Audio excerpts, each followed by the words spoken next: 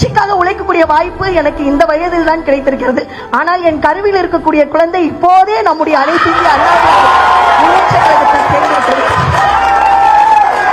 மேலும் தன்னுடைய குழந்தைக்கு பொதுச் செயலாளர் எடப்பாடியார் தான் பெயர் சூட்ட வேண்டும் என வேண்டுகோள் வைத்தார். வரும் வியாழக்கிழமை அன்று என்னுடைய பிரசவத்திற்கான தேதி. குழந்தை பிறந்தவுடனே உங்களுடைய கைகளில் வைத்து அந்த குழந்தைக்கு ஒரு பெயர் சூட்ட வேண்டும் என்று என்னுடைய ஆசை. காயத்ரிக்கு பெண் குழந்தை பிறந்துள்ளது என்ற செய்தி அறிந்து எழுச்சி பயணத்தில் இருந்த எடப்பாடியார் தொலைபேசி வாயிலாக தொடர்பு கொண்டு வாழ்த்தினார். நம்மளுடைய இறைவனுடைய அருளால் லட்சுமியே பிறந்திருக்கிறாங்க. வாழ்த்துக்கள். கண்டிப்பாங்க உங்களுடைய தாயோட வீடு திருமண வாழ்த்துக்கள். காயத்ரியின் அன்பு வேண்டுகோளுக்கு இணங்க அவரது குழந்தைக்கு வைஷ்ணவி என அதிமுக பொதுச் செயலாளர் எடப்பாடி கே பழனிசாமி பெயர் சூட்டியுள்ளார்.